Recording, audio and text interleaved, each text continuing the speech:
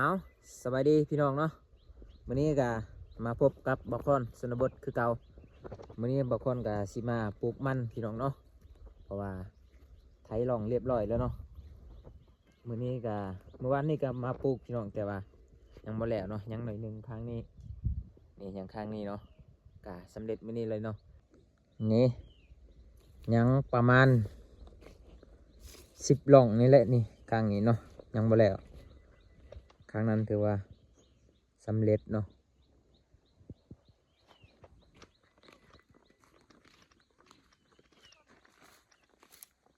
มื้อนี้แล้วให้กับไข่แน่พี่น้องเนาะจักแล้วจักบ่แล้วมื้อนี้บรรยากาศยามเช้าประมาณนี้เลยบ่มีเมฆเนาะน่าจะแดดแล้วมื้อนี้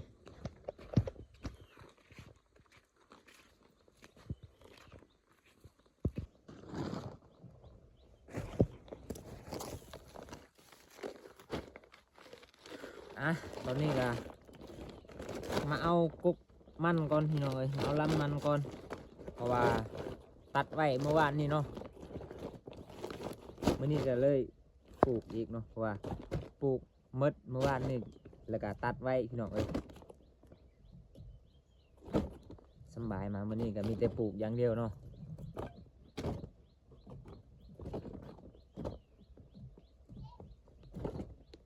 ปลูกมันบ่ซ่าปานใดพี่น้องซ่าน้ำตัดลำมันนี่แหละ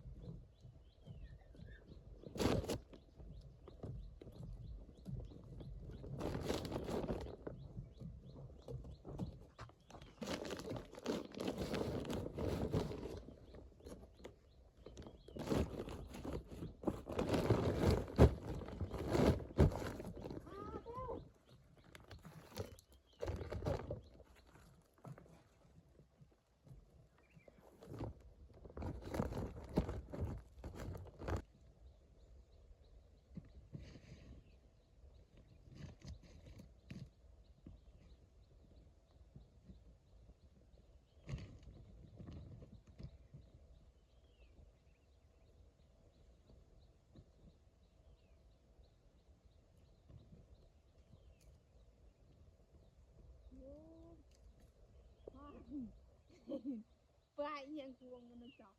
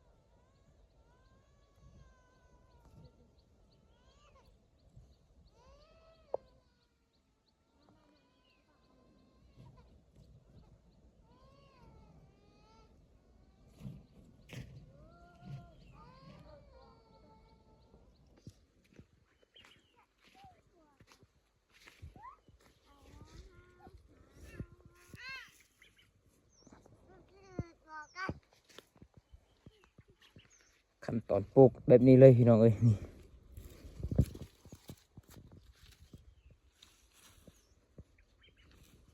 ปลูกเงียงๆก็ได้ปลูกซื่อๆก็ได้ปลูกตั้งก็ได้ตามใจมักเลย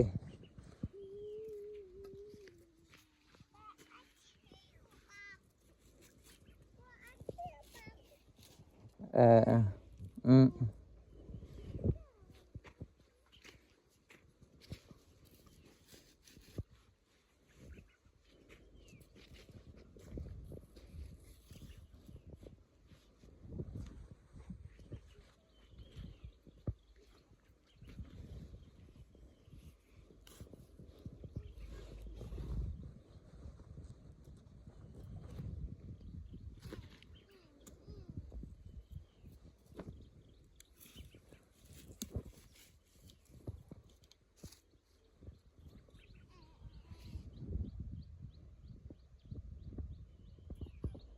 เอาสำเร็จ2แถวไปพี่น้องวันนี้ก็มากับเด็กหน่อยแน่นี่เบิ่งนี่พุ่นปลูกหากระปลูกนี่ดึงขึ้นแล้วพุ่นโอ้สิสำเร็จอยู่บ่มื้อนี้นะ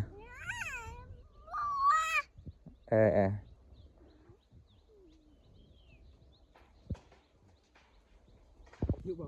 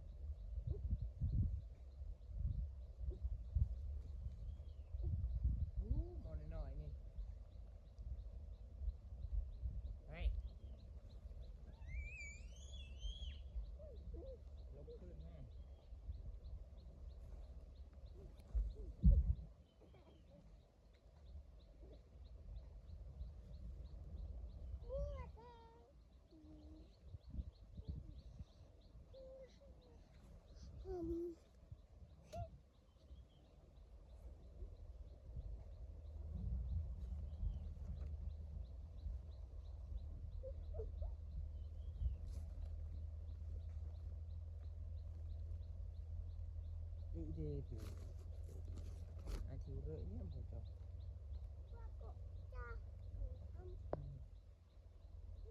ไม่ตรง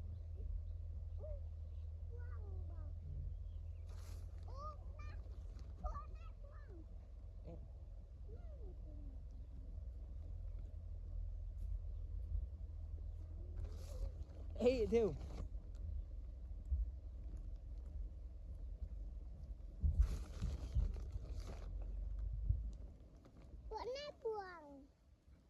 เป็นเต่าไปดิ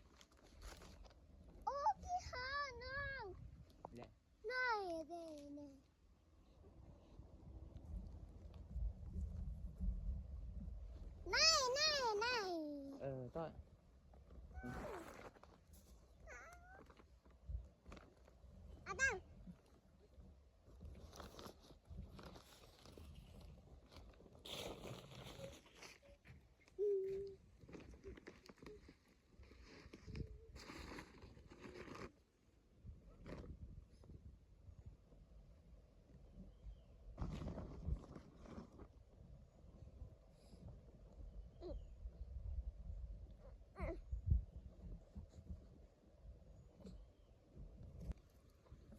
ตอนนี้ก็ขอพักผ่อนก่อนแป๊บหนึ่งพี่น้องยังเหลือบ่หลายเนาะนี่ตัวที่ว่าตัดแล้วเนาะยังเหลือบ่หลายแล้วก็บ่พออาจสิได้ตัดเติมอีกเพราะว่ายังบ่ทั่วซ้ำเนาะสิได้ตัดเติมพี่น้องเอ้ยบ่แดดปานใดมื้อนี้มีเมฆมาแล้วพี่น้องเบิ่งนะว่าแดดนี่ถือว่าโอ้ร้อนขนาดเลย ยามนี้เนาะ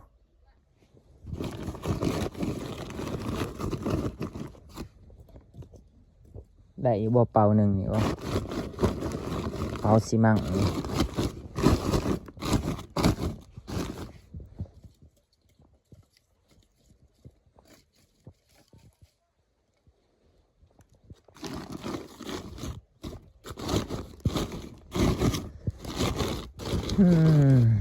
เมื่อยการเฮ็ดเวียกนี่พี่น้องเอ้ยเงินก็บ่ค่อยได้มีปีนี้ถือว่าโอ้สดแห้งเลยพี่น้องงานดองก็โอ้ยงานดองนี่หลายขนาดเลยปีนี้โคตรหลายเลยเนาะปีนี้ถือว่าหนักแล้วได้งานดองนี่งานดองงานแต่งนี่พี่น้องปีนี้แหละหลายกุมูอีหลีทิศหนึ่งประมาณ 4-5 ดองหาเงินช่วยนำกับบ่ทันเลยนี่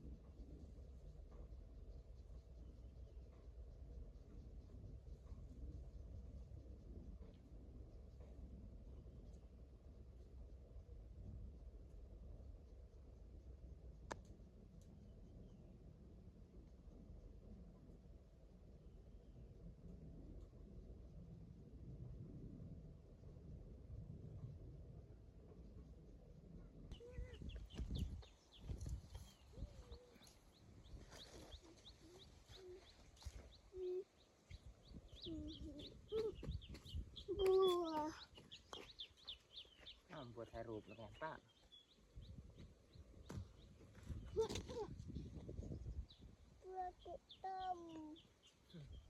ลำบากเยอะเลยปูนาบวง น้องบัวบองมาบนจอกเปล่าอ่ะฮะเปล่า เปล่าป่ะ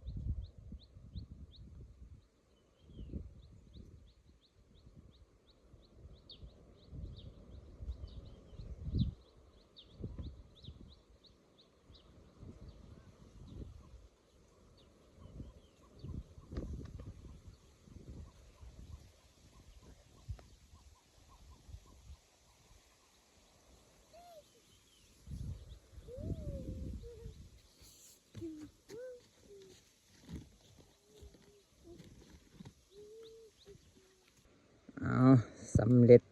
เรียบร้อยพี่น้องเนาะเบิ้งนี่สำเร็จแล้วโอเคพี่น้องเนาะตอนนี้บอคอนกับพุกมันสำเร็จเนาะสำเร็จเป็นที่เรียบร้อยพี่น้องเอ้ยตอนนี้กำลังสิได้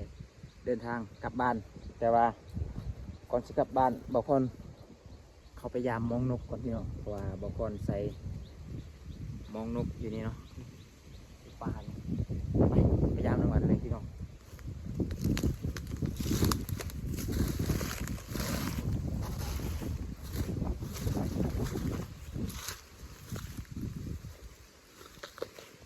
บอคอนใส่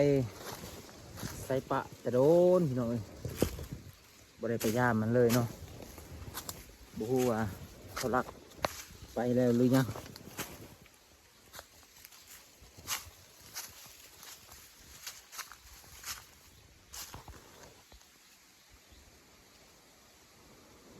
พุ่นดีเทิงพุ่นดีเทิงพุ่นมองนก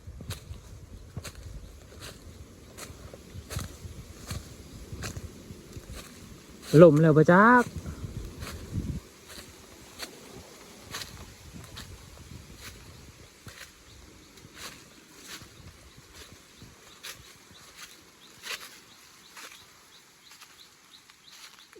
มองนกยังอยู่มองนกเนาะเสามันหักแล้วบ่จักนี่กงอยู่โอ้โอ้คือนกเน่าหมาแล้วเบิ่งนี่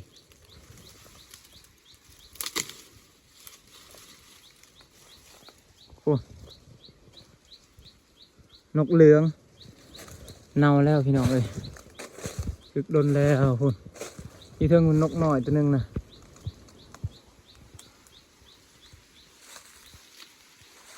โอ้นกจนเน่า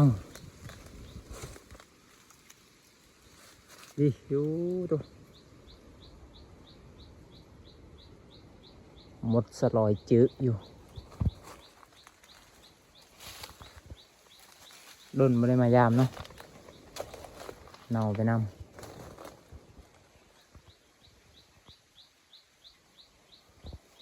โอเคพี่น้องเอ้ย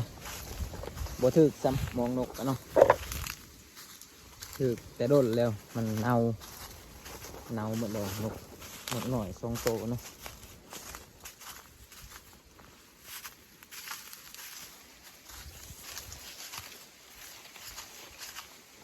อ่ะโอเคเนาะสำหรับคลิปนี้บอกก่อนกันก็จบเพียงเท่านี้ก่อนเดี๋ยวเนาะเจอกันในคลิปหน้าเนาะโอเคพี่น้องบาย